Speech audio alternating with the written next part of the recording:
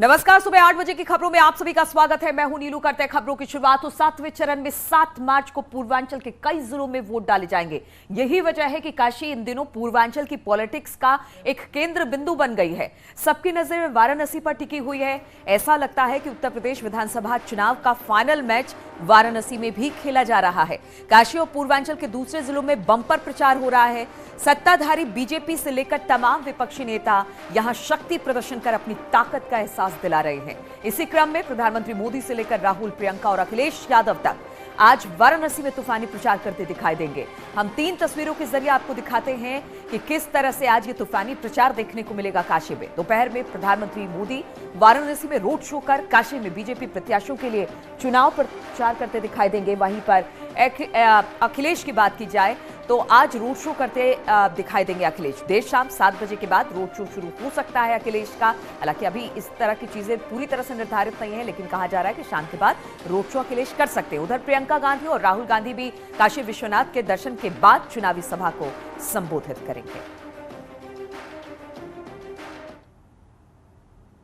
और पूर्वांचल में होने वाली आखिरी बाजी का बाजीगर बनने के लिए सभी दल पूरा दमखम लगा रहे हैं। प्रधानमंत्री मोदी आज मिर्जापुर और अपने संसदीय क्षेत्र वाराणसी के दौरे पर रहेंगे। प्रधानमंत्री मोदी पहले मिर्जापुर में जनसभा को संबोधित करेंगे और फिर उसके बाद वाराणसी में रोड शो करेंगे।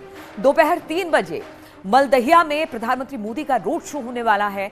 रोड शो के दौरान प्रधानमंत्री मोदी अपने संसदीय क्षेत्र के कार्यकर्ताओं में चुनाव में जीत के लिए जोश भरते दिखाई देंगे।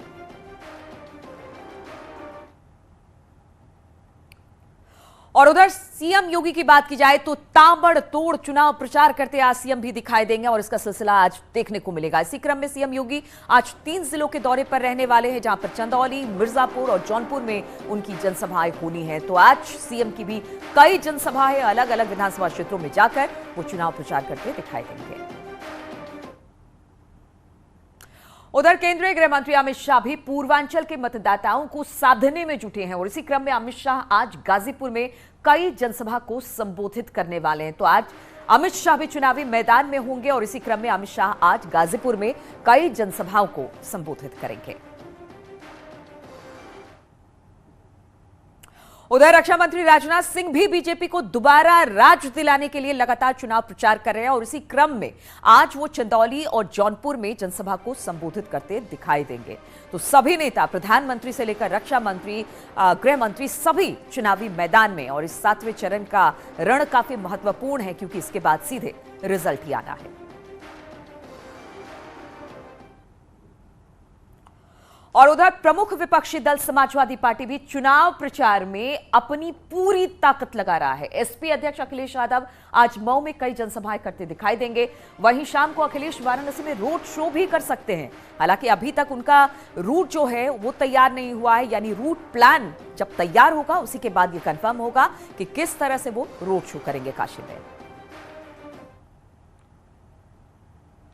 और इससे पहले कल सीएम योगी ने काशी के कोतवाल कहे जाने वाले काल भैरव के दर्शन पूजन किया और उसके बाद बीजेपी के राष्ट्रीय अध्यक्ष जेपी नड्डा भी उनके साथ मौजूद रहे। जेपी नड्डा ने यहां पर बाबा विश्वनाथ धाम में पूजा अर्चना की।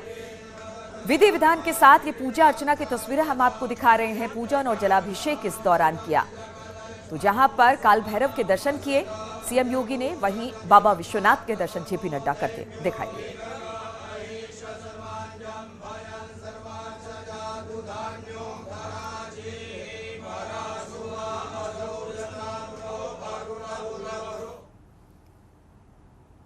और अब आपको दिखाते हैं खास पेशकश चुनावी चौपाल।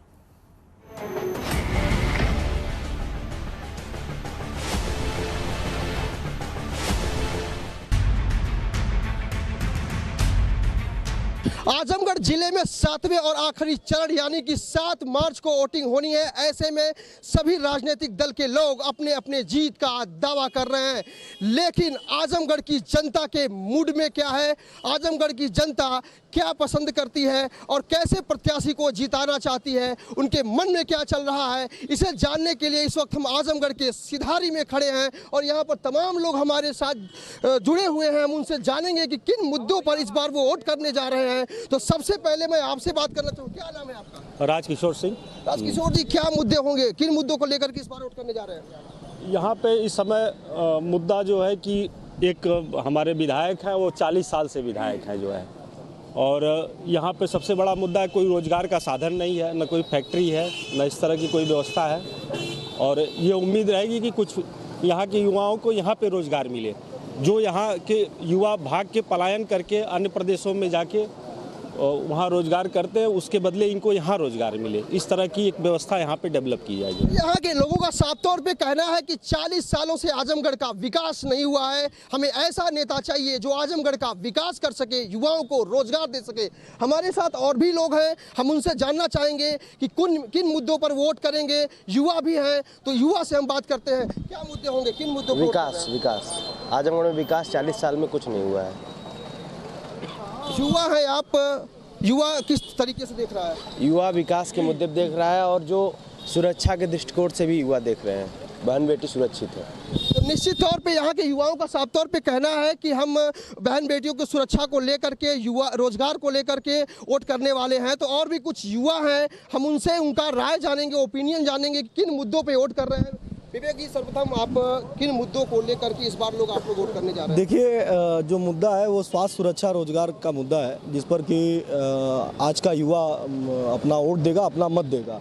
वहीं बहुत सारी चर्चाएं शहर जिले में होती रही हैं। आजमगढ़ में विकास की नीति में शिक्षा के क्षेत्र में भारतीय जनता पार्टी माननीय आदित्यनाथ योगी जी द्वारा विश्वविद्यालय के पर काम किया गया, वो बहुत बेहतरीन कार्य रहा आजमगढ़ में। जो कि आजमगढ़ विश्वविद्यालय नहीं था, माननीय अखिलेश यादव जी द्वारा एक जो प्रस्ताव था आजमगढ़ के यूथ को, उसको उन्होंने नकार दिया था। वहीं जब भाजपा की सरकार बनी तो उसको रखा गया।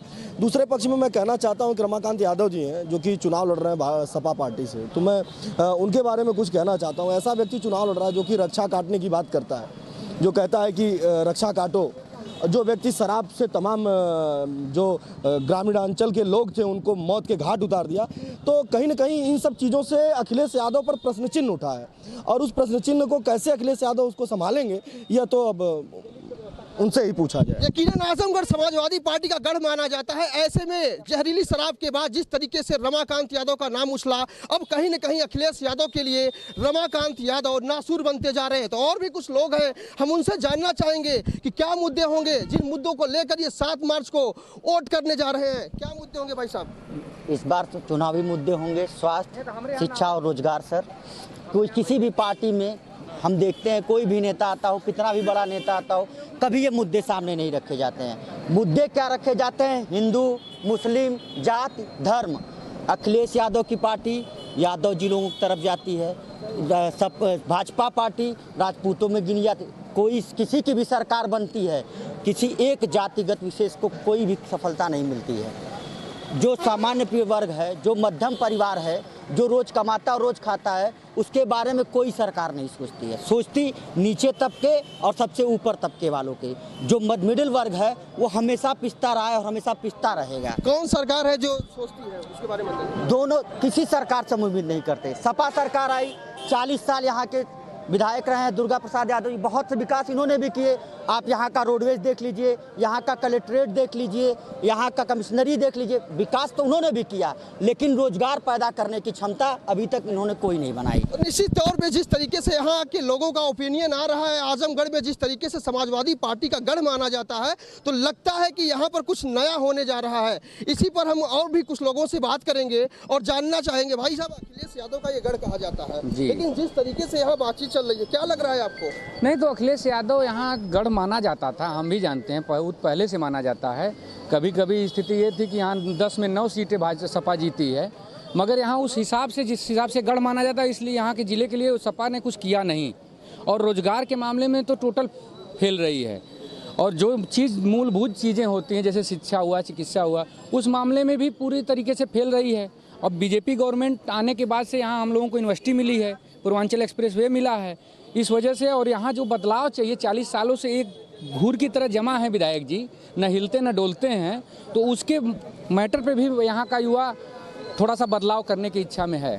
आजमगढ़ में बदलाव की बात हो रही है। यहाँ पर लोग साफ तौर पे कह रहे हैं कि 40 सालों से सपा के विधायक कब्जा करके बैठे हुए हैं, विकास की बात नहीं होती है। तो ऐसे में और भी कुछ लोग हैं, हम उनसे जानना चाहेंगे कि उनके मन में क्या चल रहा है। भाई साहब, चर्चाएं बहुत चल रही हैं, बदलाव की बात कर रहे हैं लोग, क्या कहेंगे? 5 साल प्रदेश बेहाल, जितना भी आजमगढ़ के लिए काम किया है वो सपा ने किया है। अगर हमारे आजमगढ़ की पहचान है तो सपा के द्वारा ही है। जितना भी हमारे माननीय अखिलेश यादव हों, माननीय मुलायम सिंह यादव ने, उन्होंने एक बच्चे की तरह आजमगढ़ की देखरेख किया है।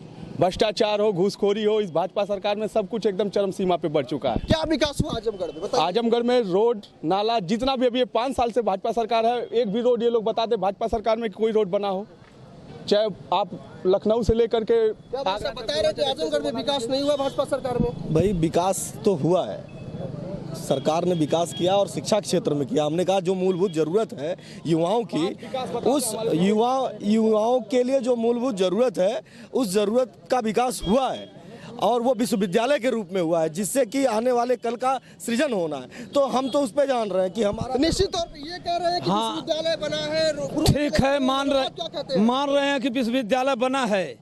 ये जो हाईवे पूर्वांचल एक्सप्रेस जो बना है, ये किसने लाया है? पूर्वांचल के ये अटल बिहारी वाजपेयी के जमाने का पास रहा, कौन खींच के लाया? अखिलेश लाए, लेखा जोखा किए, अखिलेश किए। आज सरकार उनकी है तो उनका नाम है कि भाई वही बनवाए हैं। भाई ये तो कह रहे हैं कि पूर्वांचल एक्सप्रेसवे जो है वो अखिलेश यादव का प्रोजेक्ट है। बनवा क्यों नहीं? जाते जाते अखिलेश जी ने उसका नाम लिया था, मगर कहीं ना कहीं वो उसका लोकार्पण चाहे उसका शिलान्यास सब कुछ तो बीजेपी गवर्नमेंट में हुआ है। और जो भी कुछ हम देख रहे हैं वो बीजेपी की गवर्नमेंट में देख रहे हैं। अखिलेश जी के समय में बस नाम सुने थे, तो जाते जाते अखिलेश जी ने नाम ले लिया। ऐसे 10-20 योजनाओं का वो लोकार्पण किए थे, क्या मतलब था उसका? तो निश्चित तौर पे यहाँ के लोग जो हैं उनका मिला जुला प्रतिक्रिया देखने को मिल रहा है। और भी कुछ लोग यहाँ जुड़े हैं, यूथ हैं, हम उनसे जानना चाहेंगे कि उनके मन में क्या चल रहा है और किन मुद्दों को लेकर ये 7 मार्च को अपने मताधिकार का प्रयोग करेंगे। क्यों भाई साहब 7 मार्च? विकास के मुद्दों पर मतदान का प्रयोग करेंगे अपने। क्या, कैसे, मतलब क्या विकास चाहिए आपको? रोजगार चाहिए, रोड बने हो, नाले बने हो और सभी